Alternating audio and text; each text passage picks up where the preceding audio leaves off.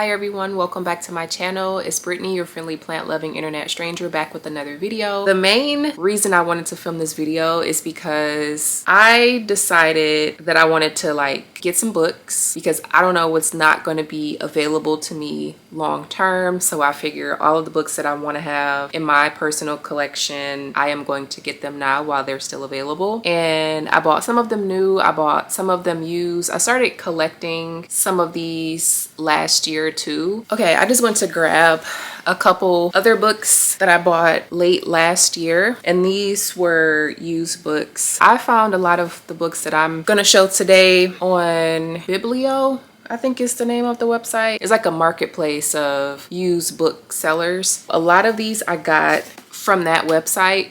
And so I wanted to make sure that I was getting all of the books that I felt like I would need to be able to recap Black history. So a lot of these books are probably going to cover some of the same subject matter. Obviously, all of the books that I'm going to show you are specifically dealing with African American history, African diaspora, slavery, historical, famous historical Black figures, or non-famous too, actually. Of the books that I purchased, I actually have 4 that I repurchased that were books I owned when I was in college. I was an African American studies major. And so these were books that I read and I got rid of them at some point, but I wanted to repurchase them to add them back to my library, my personal library. The first book is called Exchanging Our Country Marks. And so this book, as the name suggests, really, I would say it's about assimilation, forced assimilation, and really goes into how the transatlantic slave trade brought Africans over who had their own identities and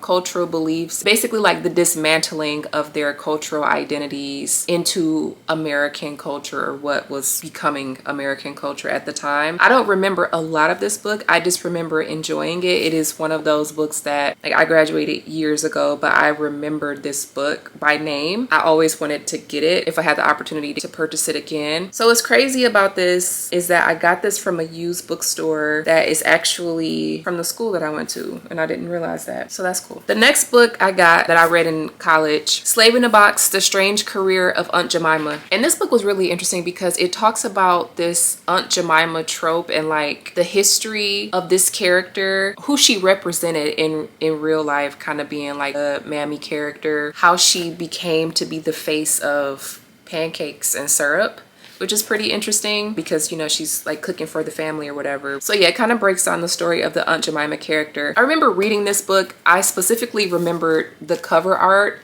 and the name of the book. It's always stood out to me, kind of like Exchanging Our Country Marks. I've just always remembered that as a book that I wanted to repurchase. Slave in a Box, I mean, that's not something that you forget easily. At least not for me. It might be in this book, I don't know, but I remember either this book or another accompanying text that we had to read to go along with this book also talked about Land O'Lakes brand, and the Native American person that's on it, and other marketing ploys that were used in American culture that depict marginalized groups, right? So Aunt Jemima, this character is from a slave woman. The Land O'Lakes person is a Native person, right? So, and they're using that to sell butter and margarine or whatever Land O'Lakes is. The next book I got that was a blast from the past book that I read when I was in school is called Arc of Justice. I think I read Arc of Justice in high school and college. I don't know if this guy's name was Ocean Sweet or Ocean Sweet, because I feel like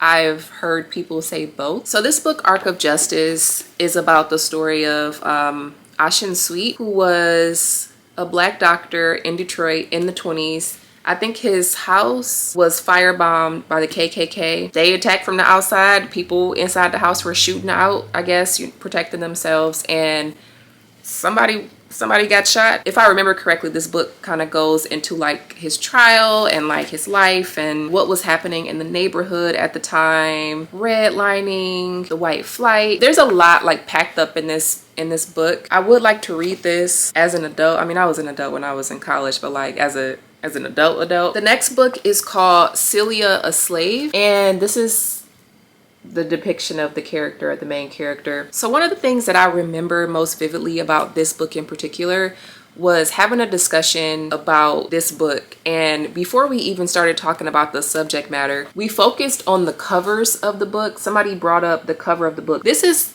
the book that I had when I was in school. Now, this is their depiction of Celia. Pretty girl, fair to medium skin tone. I say all of that because there is another version of that cover of that book. I'm gonna see if I can find it and maybe put my phone up to the camera. The other version, they don't have Celia looking like this. She looks very stylized. This is probably not what Celia looked like. This is based on a real person also. It says based on court records, correspondences, and newspaper accounts, past and present. Celia was a real person. I bet she didn't look like this. So I don't know if you can see this. This is probably a more accurate representation of what Celia actually looked like. Now, the subject matter of this book is like gruesome. It's about a 14-year-old child who is like repeatedly assaulted by her master, like her life, and she had 2 kids and all this stuff, right? But the way they have her looking on this book compared to how they have her looking on that other book was just very strange, you know. And just the comparison of like almost like romanticizing it. Like if you saw this and you didn't read the back of it, you might be like, oh, Celia Slave, I wonder what that's about. Maybe it's about like her diary and like her life. And I mean, essentially that's what it is. It's not a diary, but it's like based on court records from like the trial and everything. I'm gonna go ahead and spoil it for you. She kills the master, and these are like court records of her trial. I lied. I said those were the only books that I have read in school before. That was a lie. 3 African-American classics. It has Booker T. Washington's Up From Slavery, W.E.B. Du Bois, The Souls of Black Folk, and Frederick Douglass's Narrative of the Life of Frederick Douglass. I also got The Miseducation of the Negro by Carter G. Woodson. I got 12 Years a Slave. And then I got a bunch of like, I don't know what to call these. Are these like anthology books? The next book I got is called 400 Souls. It is a community history of African America from 1619 to 2019. Basically like an anthology. All of the authors or contributors are listed on the back of the book. I got a couple of these types of books where it's just kind of like a compilation of essays or many contributors, like anthology type books. I also got the autobiography of Malcolm X. Shockingly, I've never had to read this for school, but definitely wanted to have it in my collection. Black AF History, The Unwhitewashed Story of America. This one had a lot of good reviews, so I'm excited to read this. I'm excited for this one. This is called Black Against Empire, The History and Politics of the Black Panther Party. I've had a couple of Black Panther books that I no longer have. I had a Huey Newton book, and then I had Souls on Ice. I think that's Eldridge Cleaver's book. I saw pretty good reviews for this one, basically saying that it does a really good job of like recapping everything. So I would prefer to like have something like this as opposed to reading individual biographies. So this looks pretty cool, and it's got some photos in it too. Oh, that was a dead person. Okay, let's close that for now. I also got this book. This was one, did I buy this used? I think I did. It's in really good condition if I did, but I see a Sharpie mark on it, so that makes me think it's used. It's a New York Times bestseller. It's called The Color of Law, A Forgotten History of How Our Government Segregated America. I actually wasn't even looking for this book. I think I might have seen this when I was looking up Arc of Justice. Arc of Justice does touch on like segregated neighborhoods. It's not the entire premise of the book. It's just like a piece of it. This book goes into the history of the deliberate segregation of cities in the US. I also got the Willie Lynch Letter and the Making of a Slave. I've never read this. I also got Slave Narratives of the Underground Railroad, because we need a little Underground Railroad history. All these are going to look the same now because they're all from the same publisher. I got Harriet Jacobs, Incidents of a Slave Girl. I don't think I've ever read this book, but it's one that I felt like I needed to have. And then I have When I Was a Slave, Memoirs of the Slave Narrative Collection. I also got The Life of Oladu Equiano, or Gustavo Espasa the African. I remember Equiano I can't tell you what his story is. I don't remember, but when I saw it, I was like, I remember reading that. I just can't remember what it was about. And then a lot of times too, we were only reading like excerpts from the book. Also got this Great Speeches by African Americans. It contains speeches from Frederick Douglass, Sojourner Truth, Dr. Martin Luther King Jr., Barack Obama, and others. I wanted this one in particular because it's got Sojourner Truth's Ain't I a Woman. Somebody did a dramatic reading of that. I don't remember where I was or what I was doing. I remember being moved by it, and so I have it now. I need to look at it. Anyway, it's got Barack Obama on it. The next one I got, I believe this was a new book. This one is called Post-Traumatic Slave Syndrome. I'm really intrigued by this title and also by this book because it's basically about everybody need to go to therapy. If you Black in this country, especially, everybody need to go to therapy, period. That's just a fact. But if you're Black in America, you absolutely need to go because we have inherited the legacy of slavery. This is gonna tell me some things. So I haven't read it yet, but I saw it, and before I even read a synopsis, I was like, I know what that book's gonna be about. And I think the book is exactly what I think it's gonna be about. Also, I mean, it's in the title, America's Legacy of Enduring Injury and Healing. It looks digestible. You know, sometimes with these books, depending on how the words are set up on the page, your girl might have to find the audio version. But this one seems to be a decent amount of words with adequate spacing, if that makes sense. One of these books I just saw, the words look ridiculous, and I'm like, somebody gonna have to read that one to me. And then I also got the 1619 Project. This one I got, did I get this used? Some of them I didn't get used because the used prices were just expensive. I've never indulged in any of the 1619 Project works. I know it's like a documentary. I've never listened to the audiobook or read the book. So this is the first time I'm actually flipping through it. It looks interesting and digestible. I was kind of nervous about this. I need my text broken up, y'all. Like, you can't give me no big block text and that's it. Give me a picture, give me a quote, just break it up. Break it up a little bit. So this one looks nice just from flipping through it quickly. And it looks like this is a book that it will not overwhelm me or that I won't look at and immediately feel fatigued. I also got the new Jim Crow, and this is a really good copy. Check out Biblio because a lot of these books are in brand new condition or like very good condition. This one looks new, and I think the hard copy on this site was cheaper than the paper copy on Amazon. I also got this book, which I was very excited about. It's so pretty. It's almost like a smallish coffee table book. It's not quite as big as a coffee table book, but it's given that same energy. It's called The Black Book. It is a book of all things Black. It's got like, you know, Black history stuff. Some articles from 1877. This is the first time I'm flipping through this book. This looks interesting. This is not how I was expecting this book to be set up. So I didn't know how to describe this book. I'm reading the flap, and it says, in 1974, Middleton A. Harris and Toni Morrison led a team of gifted, passionate collectors in compiling these images and nearly 500 others into one sensational narrative of the Black experience in America, The Black Book. And this is apparently the newly restored hardcover edition. It's like a collage, like a collage book with articles. And then the last few books I have, I think I have another package I'm waiting for. I'm waiting for one more book called Sorry, that's not what it's called. That's what I'm doing. This book is called Hidden in Plain Sight. Hidden in Plain Sight, The Legacy of Slavery, and it covers the banning of Black history. This is a newish book, I think. Yeah, it was published in 2013.